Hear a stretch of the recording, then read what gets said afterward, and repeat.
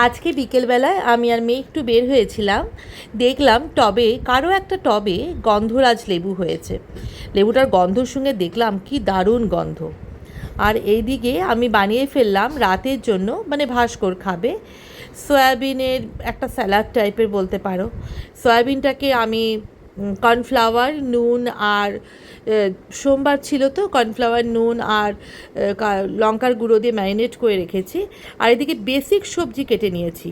Basic সবজির মধ্যে ছিল হচ্ছে গাজর, বিন, পেঁয়াজ আর টমেটো।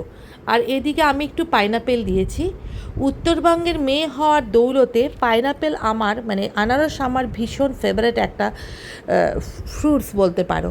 আর যেহেতু আমার বাবা খুব আমাকে ছোটোবেলায় ড্রুক্সের, যেহেতু ভুটান গভর্নমেন্টের যেটা ড্রুক্সের ফ্রুট জুস খাওয়াতো, তার মধ্যে পাইনাপেলের জুসও থাকতো, পাইনাপেলের জ্যাম, এটাও আমি খুব ভালোবাসি এবং কেকও বানাই পাইনাপেল দিয়ে, আমার খুব ভালো লাগে।